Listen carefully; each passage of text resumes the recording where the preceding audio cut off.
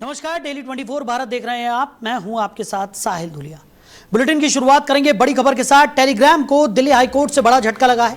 22 जून तक बैन पर अब रोक नहीं लगेगी।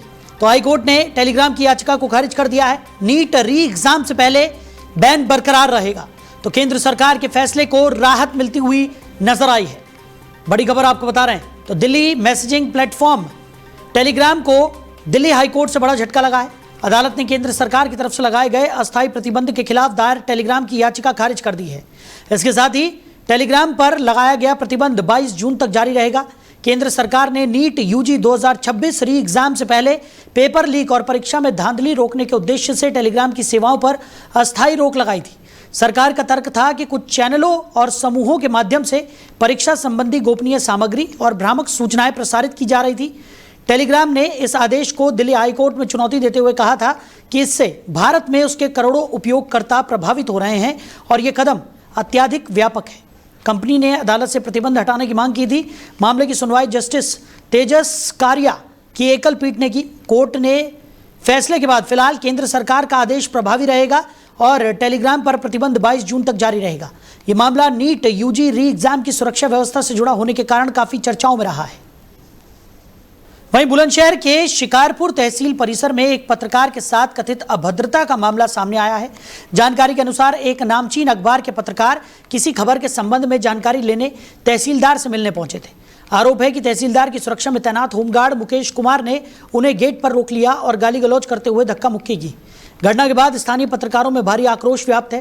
पीड़ित पत्रकार ने चेतावनी दी है कि अगर आरोपी होमगार्ड के खिलाफ उचित कार्रवाई नहीं की गई तो वो भूख हड़ताल पर बैठेंगे। फिलहाल मामला चर्चाओं का विषय बना हुआ है। वहीं ग्रेटर नोएडा के दादरी थाना क्षेत्र में ईस्टर्न पेरिफेरल हाईवे पर ओवरलोड पत्थरों से भरा एक ट्रक रॉन्ग साइड दौड़ता नजर आया। बताया जा रहा है कि आरटीओ की कार्रवाई से बचने के लिए चालक ने अपनी और अन्य वाहन चालकों की जान जोखिम में डालते हुए ट्रक को गलत दिशा में दौड़ाया। इस दौरान चलते ट्रक से हाईवे पर पत्थर भी गिरते रहे, जिससे हादसे का खतरा पैदा हो गया। घटना का वीडियो सोशल मीडिया पर वायरल होने के बाद पुलिस मौके पर पहुंची और सड़क पर गिरे पत्थरों को हटाया। मामले की जांच भी लगातार की जा रही है। वहीं गाजियाबाद की लिंक रोड थाना पुलिस ने एक अंतरराज्यीय वाहन चोर गिरोह का भांडाफोड़ करते हुए 2 शातिर चोरों को गिरफ्तार किया है। गिरफ्तार आरोपियों की पहचान मेरठ निवासी कमरयाब और गाजियाबाद निवासी सहदेव के रूप में हुई है। पुलिस ने इनके कब्जे से चोरी की गई एक स्विफ्ट और एक अर्टिगा कार बरामद की है। पूछताछ में आरोपियों ने रामपुरी गाजियाबाद और यमुना विहार दिल्ली से वाहन चोरी करने की बात कबूल की है। पुलिस के मुताबिक आरोपी चोरी की गाड़ियों को मेरठ और सहारनपुर बेचते थे। गिरोह के 3 अन्य सदस्य भी फरार हैं, जिनकी तलाश जारी है। दोनों आरोपियों के खिलाफ वाहन चोरी के कई मुकदमे पहले से दर्ज हैं। वहीं जनपद में शुद्ध खाद्य पदार्थ उपलब्ध कराने के उद्देश्य से खाद्य सुरक्षा एवं औषधि प्रशासन विभाग का अभियान लगातार जारी है। इसी क्रम में खाद्य सुरक्षा अधिकारियों ने दूध और दूध से बने उत्पादों के कुल 7 नमूने संग्रहित कर जांच के लिए प्रयोगशाला भेजे हैं। हबीबपुर स्थित डेयरी इकाई से गाय के दूध का नमूना लिया गया, जबकि नोएडा फेज 2 की एक डेयरी इकाई से मक्खन, प्रोसेस्ड चीज, स्प्रेड और चीज के नमूने एकत्रित किए गए। इसके अलावा सेक्टर 45 से पनीर और सेक्टर 68 स्थित कंपनी से पिज्जा सॉस का नमूना लिया गया। रिपोर्ट के आधार पर आगे की कार्रवाई की जाएगी। वहीं यमुना प्राधिकरण की आवासीय भूखंड योजना के तहत 973 भूखंडों के लिए 1,10,034 पात्र आवेदकों के बीच बृहस्पतिवार को ड्रॉ निकाला गया। ग्रेटर नोएडा स्थित एक्सपो सेंटर में हाईकोर्ट के सेवानिवृत्त जज की निगरानी में पूरी प्रक्रिया पारदर्शी तरीके से संपन्न हुई। स्कूली बच्चों ने ड्रॉप बॉक्स से पर्चियां निकालकर सफल आवेदकों का चयन किया। ड्रॉ प्रक्रिया की वीडियोग्राफी कराई गई और विभिन्न डिजिटल प्लेटफॉर्म पर इसका लाइव प्रसारण भी हुआ। सबसे पहले किसानों के लिए आरक्षित भूखंडों का ड्रॉ निकाला गया। यमुना प्राधिकरण के अनुसार परिणाम वेबसाइट पर अपलोड किए जा रहे हैं, जिन्हें आवेदक देख सकेंगे। वहीं ग्रेटर नोएडा में सार्वजनिक स्थानों पर शराब पीने और कानून व्यवस्था प्रभावित करने वालों के खिलाफ ग्रेटर नोएडा पुलिस का विशेष अभियान लगातार जारी है। पुलिस कमिश्नर लक्ष्मी सिंह के निर्देशन में ग्रेटर नोएडा जोन में व्यापक स्तर पर अभियान चलाया गया, जिसके तहत सार्वजनिक स्थानों पर शराब का सेवन करने वाले लोगों के खिलाफ सख्त कार्रवाई की गई। इस अभियान की निगरानी डीसीपी ग्रेटर नोएडा रविशंकर निम द्वारा की गई। पुलिस टीमों ने विभिन्न बाजारों, सार्वजनिक स्थलों, पार्कों, सड़क किनारे क्षेत्रों और अन्य भीड़भाड़ वाले स्थानों पर जांच अभियान चलाया। कार्रवाई के दौरान सार्वजनिक स्थानों पर शराब पीते पाए गए कुल 118 व्यक्तियों को चिन्हित किया गया। पुलिस ने सभी आरोपियों के खिलाफ धारा 292 BNS के तहत वैधानिक कार्रवाई करते हुए आवश्यक कानूनी प्रक्रिया पूरी की। अधिकारियों का कहना है कि सार्वजनिक स्थानों पर नशे की गतिविधियां सामाजिक वातावरण और कानून व्यवस्था को प्रभावित करती हैं, इसलिए ऐसे मामलों में किसी भी प्रकार की लापरवाही नहीं बरती जाएगी। ग्रेटर नोएडा पुलिस ने स्पष्ट किया कि सार्वजनिक स्थानों पर नशे की प्रवृत्ति पर प्रभावी अंकुश लगाने और आम नागरिकों की सुरक्षा सुनिश्चित करने के उद्देश्य से यह अभियान आगे भी लगातार जारी रहेगा। पुलिस ने लोगों से सार्वजनिक स्थानों पर कानून का पालन करने और जिम्मेदार नागरिक की भूमिका निभाने की अपील की है। वहीं मुजफ्फरनगर मौलाना खलील रहमान सज्जाद नोमानी के एक बयान को लेकर जाट समाज में भारी नाराजगी देखने को मिल रही है। मौलाना की ओर से कथित तौर पर जाटों को गैर हिंदू बताए जाने के बाद विभिन्न सामाजिक संगठनों और जाट समुदाय के लोगों ने कड़ा विरोध जताया है। मुजफ्फरनगर में अखिल भारतीय जाट महासभा समेत कई संगठनों ने इस बयान पर आपत्ति दर्ज कराते हुए इसे समाज में भ्रम और वैमनस्य फैलाने वाला बताया है। जाट समाज के प्रतिनिधियों का कहना है कि इस तरह की टिप्पणियां सामाजिक सौहार्द को प्रभावित करती हैं और समुदाय की भावनाओं को ठेस पहुंचाती हैं। विरोध जताने वाले संगठनों ने मौलाना से अपना बयान वापस लेने और सार्वजनिक रूप से स्पष्टीकरण देने की मांग की है। समाज के लोगों का कहना है कि किसी भी समुदाय की धार्मिक पहचान पर इस प्रकार की टिप्पणी उचित नहीं है। बताया जा रहा है कि विवादित बयान में सिख, बौद्ध, आदिवासी, दलित, लिंगायत और तमिलनाडु के लोगों को लेकर भी टिप्पणी की गई, जिसके बाद विभिन्न वर्गों में नाराजगी बढ़ गई है।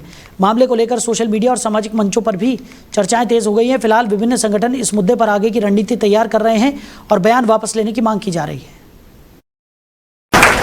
मैं पिछले 25-30 साल से मुल्क के कोने कोने में जा रहा हूं और मुल्क की हकीकी डेमोग्राफी, मुल्क की हकीकी आबादी, उनके अकीदे, उनकी सोच, उनकी रिलीजियस आइडेंटिटी, उनकी ट्राइबल आइडेंटिटी, उनकी कास्ट आइडेंटिटी, उनकी आस्थाएं, उस पर मैं बहुत रिसर्च कर चुका हूँ। मैं हजर अस्वद और खाने काबा के गिलाफ पर हाथ रखकर कहता हूँ कि भारत में हिंदू अकलियत में है। किसी कीमत पर हिंदुओं को अक्सरियत में नहीं माना जा सकता। मैं तो यही कहूँगा मौलाना साहब का दिमाग खराब है। मोनू कह रहा था, मैं भी सुनी वीडियो कि मैं अध्ययन करा, कौन सी PhD करिया बैर जाटों के इतिहास को लेकर। ABCD ना जो व्यक्ति जानता हो किसी समाज के बारे में वो अध्ययन बता रहा करिया। मैं तो ये कह रहा इस चक्कर में अपना ना इतिहास बिगड़वा ले मौलाना साहब। देखिए ऐसी मार्शल कौम है या तो एक बार छेड़े पीछे फिर मुश्किल ही रुके। और मैं तो ये राय दूंगा मौलाना साहब, जो शब्द कहे उसे वापस ले लो, अपने को बुला के प्रेस वगैरह और माफी मांग ले समाज से। नहीं दिखे कल कहीं कोई हरकत हो जा, कोई समाज का व्यक्ति गुस्से में आके तेरी गैल ऊपरा तड़ी हो जा तो वो भी ठीक नहीं है। मौलाना खलील रहमान द्वारा एक जाट समाज के ऊपर बयान दिया गया है कि जाट समाज हिंदू नहीं है। मेरी समझ में एक बात नहीं आ रही, क्या मौलाना खलील जाट समाज को सर्टिफिकेट बांटने का काम करेगा? हिंदू नहीं है। जाट समाज के पुराने कितने इतिहास है, इतिहासों को जाकर देखो। मुझे तो नहीं लगे मौलाना ही मुसलमान नहीं है असली। ये अपना सर्टिफिकेट दे दो पहला, अपना उसका मुसलमान होने का सर्टिफिकेट। ये बताओगा जाट समाज हिंदू नहीं है या हिंदू है? जाट समाज के कितने बड़े बड़े इतिहास रहे। जाट समाज द्वारा बड़ी बड़ी लड़ाई लड़ी गई, हिंदू संगठनों में भी कार्य किया गया है। ये मौलाना ही एक सर्टिफिकेट बांटने का काम करेंगे? ये धर्म को बांटने का काम, जो हमारे हिंदू समाज को बांटने का काम मौलाना खलील द्वारा करा जा रहा। अपनी बुद्धि ठीक कर ले और ज्यादा दिमाग चलाने की जरूरत नहीं है। समझ गए? जाट समाज भारी रोष में है इस बात। वहीं मुजफ्फरनगर जनपद में एक विधवा महिला की तरफ से शादी का झांसा देकर कथित धर्म परिवर्तन, धोखाधड़ी और संपत्ति हड़पने के गंभीर आरोप लगाए गए हैं। मामले में पुलिस ने शिकायत के आधार पर मुकदमा दर्ज कर जांच शुरू कर दी है। ग्रेटर नोएडा निवासी राजबाला नामक महिला गुरुवार को हिंदू संघर्ष समिति के कार्यकर्ताओं के साथ SSP कार्यालय पहुंची और अधिकारियों को शिकायती पत्र सौंपा। महिला का आरोप है कि करीब 10 वर्ष पूर्व उसकी मुलाकात भोपा थाना क्षेत्र के मोरना निवासी अशफाक से हुई थी। जिसने अपना नाम राजू उर्फ राजीव बलियान बताकर उससे संपर्क बढ़ाया। महिला के अनुसार वो विधवा थी और बच्चों के पालन पोषण के लिए सहारे की तलाश में थी, जिसका फायदा उठाकर आरोपी ने उसे प्रेम जाल में फंसा लिया। पीड़िता का आरोप है कि बाद में उसे पता चला कि आरोपी शादीशुदा है और 5 बच्चों का पिता भी है। महिला ने आरोप लगाया कि उसके साथ धोखे से धर्म परिवर्तन कराया गया, नमाज पढ़वाई गई, साथ ही उसकी संपत्ति और नोएडा स्थित फ्लैट भी बिकवा दिया गया। इसके चलते वो आर्थिक रूप से परेशान हो गई। महिला ने यह भी दावा किया कि आरोपी अन्य महिलाओं को भी अपने प्रभाव में लेकर उनका शोषण कर रहा है। हालांकि इन आरोपों की स्वतंत्र पुष्टि अभी तक नहीं हुई है। मामले में सीओ भोपाल लक्ष्मण वर्मा ने बताया कि पीड़िता की तहरीर के आधार पर थाना भोपाल में संबंधित धाराओं में मुकदमा दर्ज कर लिया गया है। पुलिस की तरफ से वैधानिक कार्रवाई की जा रही है और मामले की विवेचना भी जारी है। जांच के आधार पर आगे की कार्रवाई की जाएगी। आज थाना भोपाल पर ग्रेटर नोएडा निवासिनी वादिनी द्वारा आकर उसको शादी का झांसा देकर धर्म परिवर्तन संबंधी एक तहरीर प्रस्तुत की गई, जिसमें सुसंगत धाराओं में अभियोग पंजीकृत करके विधिक कार्रवाई की जा रही है। विवेचना प्रचलित है। मामला एक राजू एसफाक, वो राजीव बालियान बन के मेरी लाइफ में आया। उसने धोखे से मेरे को दिमाग मेरा ठीक करना वो करके कुछ ना कुछ खिला के मेरे को, और फिर बोला कि निकाह कर लेते हैं, मतलब प्यार के जाल में फंसाया। पहले तो उसने मेरे को, मेरे हस्बैंड एक्सपायर हो चुके थे और फिर मैंने सोचा मैंने चलो ठीक है, लेकिन वो शादीशुदा निकला, 5 बच्चे हैं और मोम डर निकला। वो धीरज सिंह रावत आए थे गुप्ता रसूट में, तो वहाँ पे मुलाकात हुई थी मेरी। धीरज सिंह रावत को भी नहीं मालूम था ये मोमडन है। और फिर मेरे को जब मालूम हुआ प्रधानी का चुनाव लड़ा, जब इसने जब पोस्टर देखा मैंने कि ये मोमडन है, उससे पहले मेरी गाड़ी खराब हुई, तब ये अपने घर पे लेके गया और इन्होंने मेरे को कुछ पिलाया था और फिर इन्होंने नमाज पढ़वाई। 2 बेटियां भी थी, 3 बेटे थे और सबने मिलके जबरन मेरे से ही कराया। वहीं मुजफ्फरनगर थाना क्षेत्र के गांव रघुनाथपुर में बाग की जुताई के दौरान हुए एक दर्दनाक हादसे में 4 वर्षीय मासूम की मौत हो गई। घटना के बाद परिवार में कोहराम मच गया, जबकि पूरे गांव में शोक की लहर दौड़ गई। जानकारी के अनुसार गांव निवासी बाबूराम अपने बाग में ट्रैक्टर और रोटावेटर से जुताई कर रहे थे। उनके साथ उनके 2 पोते 5 वर्षीय नितिन और 4 वर्षीय कृष पुत्र सत्येंद्र उर्फ काला ट्रैक्टर पर बैठे हुए थे। इसी दौरान रोटावायर में एक तार फंस गया, जिसे निकालने के लिए बाबूराम ट्रैक्टर बंद कर नीचे उतर गए। बताया जा रहा है कि इसी बीच ट्रैक्टर पर बैठे नितिन ने खेल में चाबी घुमा दी, जिससे ट्रैक्टर अचानक स्टार्ट होकर आगे बढ़ गया। अचानक हुए घटनाक्रम में 4 वर्षीय कृष ट्रैक्टर के नीचे गिर गया और पीछे चल रहे रोटावेटर की चपेट में आ गया। हादसा इतना भयावह था कि मासूम की मौके पर ही मौत हो गई। घटना की सूचना मिलते ही परिजन और ग्रामीण मौके पर पहुंच गए। मासूम की मौत से परिवार में चीख पुकार मच गई। परिजनों ने बताया कि कृष परिवार का सबसे छोटा और लाडला सदस्य था। गमगीन माहौल में उसका अंतिम संस्कार किया गया। ग्रामीणों ने इस हादसे को दुखद बताते हुए कृषि कार्य के दौरान बच्चों को मशीनों से दूर रखने की अपील की है। वहीं हसनपुर लोहारी में भीषण गर्मी और बीमारी के चलते एक बेसहारा गौवंश की मौत हो जाने से क्षेत्र में संवेदना का माहौल है। गांव हसनपुर लोहारी में ग्राम सचिवालय के सामने सड़क किनारे गौवंश मृत अवस्था में मिला, जिसके बाद गौरक्षा दल के सदस्यों ने उसका अंतिम संस्कार कराया। जानकारी के अनुसार मृत गौवंश पिछले कुछ समय से अस्वस्थ चल रहा था। गौरक्षक सूरज ने बताया कि गौवंश का उपचार भी कराया जा रहा था, लेकिन लगातार बिगड़ती हालत और भीषण गर्मी के कारण गुरुवार को उसने दम तोड़ दिया। बताया गया कि गौवंश ग्राम सचिवालय के सामने सड़क किनारे गिर गया था और कुछ समय बाद उसकी मौत हो गई। घटना की सूचना मिलने पर गौरक्षा दल के सदस्य मौके पर पहुंचे। उन्होंने आपसी सहयोग से गड्ढा खोदकर मृत गौवंश का विधिवत अंतिम संस्कार किया। इस दौरान ग्रामीणों ने भी सहयोग किया और पशु के प्रति संवेदना व्यक्त की। ग्रामीणों का कहना है कि गर्मी के मौसम में बेसहारा पशुओं के लिए पर्याप्त पानी और चारे की व्यवस्था बेहद ज़रूरी है। अगर समय पर देखभाल और संसाधन उपलब्ध हों तो ऐसी घटनाओं को काफ़ी हद तक रोका जा सकता है। गौरक्षा दल के सदस्यों ने लोगों से अपील की है कि वो गर्मी के दिनों में बेसहारा पशुओं के लिए पानी और चारे की व्यवस्था में सहयोग करें, ताकि उन्हें राहत मिल सके और उनकी जान बचाई जा सके। वहीं मुजफ्फरनगर जनपद में सोशल मीडिया पर हथियारों के प्रदर्शन का सिलसिला थमने का नाम नहीं ले रहा है। पुलिस की लगातार कार्रवाई और चेतावनी के बावजूद युवक अवैध हथियारों और धारदार हथियारों के साथ तस्वीरें सोशल मीडिया पर अपलोड कर रहे हैं, जिससे कानून व्यवस्था को लेकर सवाल खड़े हो रहे हैं। ताज़ा मामला जानसठ कोतवाली क्षेत्र से जुड़ा बताया जा रहा है, जहां एक युवक की तमंचा और तलवार के साथ खिंचवाई गई फोटो सोशल मीडिया पर तेजी से वायरल हो रही है। तस्वीर में युवक हथियारों का प्रदर्शन करता दिखाई दे रहा है। बताया जा रहा है कि युवक की पहचान अरशद पुत्र मेहताब निवासी गांव कवाल के रूप में की जा रही है।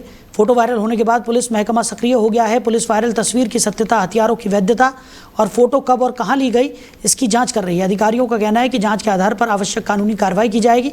गौरतलब है कि पुलिस समय समय पर सोशल मीडिया पर हथियारों के प्रदर्शन के खिलाफ अभियान चलाती रही है, लेकिन इसके बावजूद ऐसे मामले लगातार सामने आ रहे हैं। पुलिस ने युवाओं से सोशल मीडिया पर कानून का उल्लंघन करने वाली सामग्री पोस्ट न करने की अपील की है। साथ ही चेतावनी दी है कि दोषी पाए जाने पर सख्त कार्रवाई की जाएगी।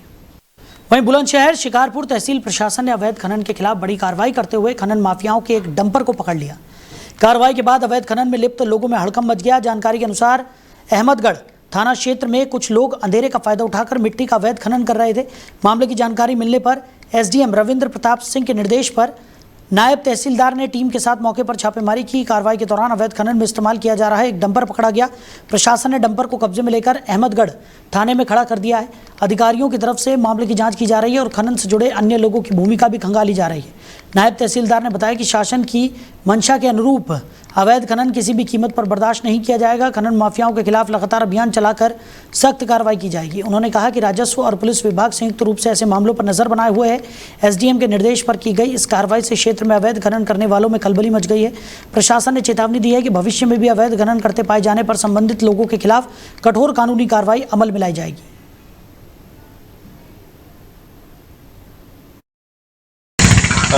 सूचना हमको मिली थी और हमारे उप जिलाधिकारी महोदय के द्वारा अवगत कराया गया कि मौके पर खनन मिल रहा है, खनन चल रहा है। तो उसके लिए हम लोग आए, हमारे गार्ड साहब हैं और हमारे रतली साहब साथ में हैं।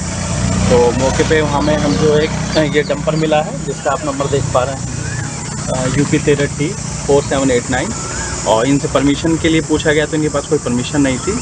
तो इसे सुरक्षा की दृष्टि में थाना अहमदगढ़ में खड़ा करा दिया गया है और खनन की रिपोर्ट के लिए उप जिलाधिकारी के महोदय के माध्यम से अपर जिलाधिकारी महोदय को भेज दिया गया। सर, जिस तरह से आज खनन पड़ा है तो खनन माफियाओं पे इस तरह की कार्रवाई क्या और चलेगी? बिल्कुल, ये लगातार चल रही है। हम लोग रात में निकलते हैं और जैसे ही कोई बिना परमिशन के खनन मिलेगा उसको एकदम बंद कराया जाएगा।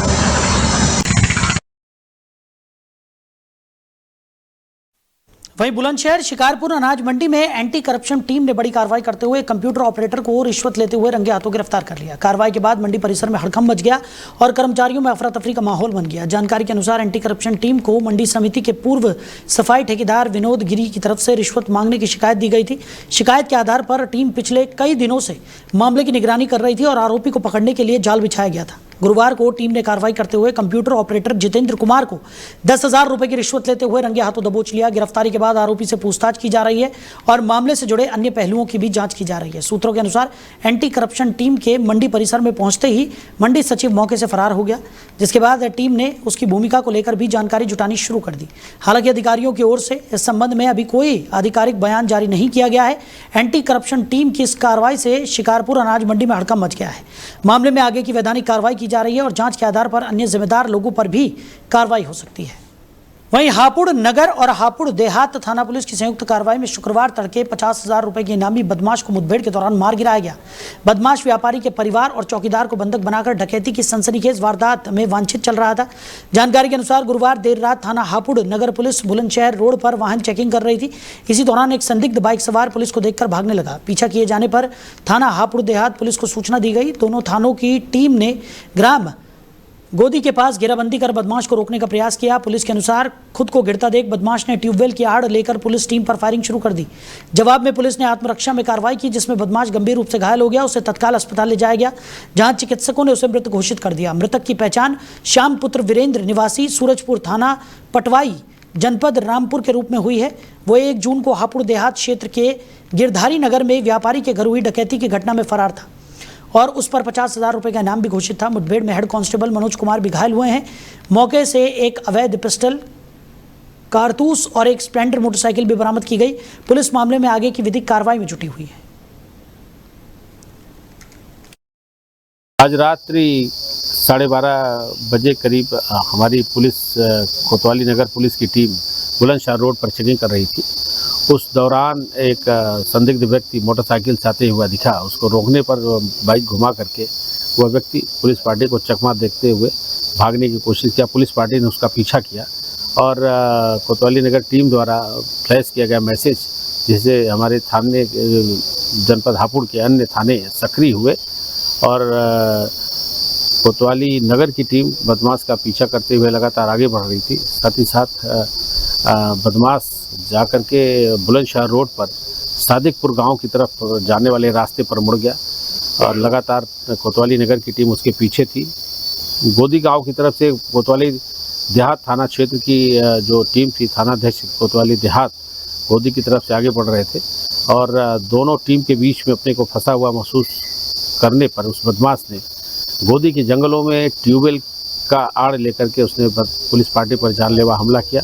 पुलिस पार्टी ने आत्मरक्षार्थ फायरिंग की, जिसमें वो बदमाश गंभीर रूप से घायल हुआ है, जिसको CSC में भेजा गया था कोतवाली नगर की। यहाँ पर इसको डॉक्टरों ने मृत घोषित कर दिया है। बदमाश की शिनाख्त श्यामपुत्र वीरेंद्र निवासी सूरजपुर, थाना क्षेत्र पटवई, जनपद रामपुर का रहना उसका ज्ञात हुआ है, जो कि यहाँ पर 1 तारीख को एक व्यापारी के घर में बंधक बना करके डकैती की गई थी। उस घटना का वांछित अभियुक्त था और इसके ऊपर 50,000 का इनाम था। इसके अलावा इस अपराधी पर पहले भी डकैती का एक मुकदमा दर्ज है, गैंगस्टर एक्ट का एक मुकदमा पहले से भी इसके ऊपर दर्ज है। तो फिलहाल इस बुलेटिन में मेरे साथ इतना ही। आप बने रहिए। नमस्कार।